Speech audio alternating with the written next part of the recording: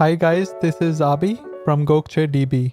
In this video, you're going to learn when to use a subquery over a join in the MySQL database. Let's start by looking at the entity relationship diagram. I have 15 tables in my database right now, but in this tutorial, we'll mostly be running queries on the property and the cash_sales table.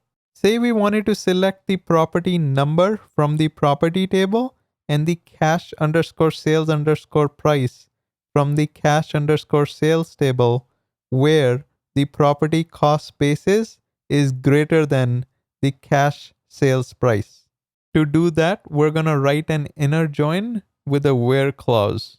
Note the property ID in cash_sales table is a foreign key which references the ID column in the property table. As you can see, we got 8 rows in our result set. Now say we wanted to select all the rows where the cost basis is greater than the average of the sales price.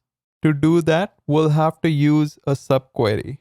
Select average cash sales price from the cash_sales table is a subquery which goes in the where clause of the main query.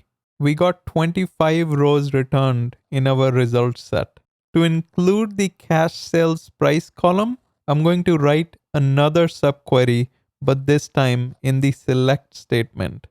Note the null values in the result set, which indicates missing records in the cash_sales table for the corresponding IDs.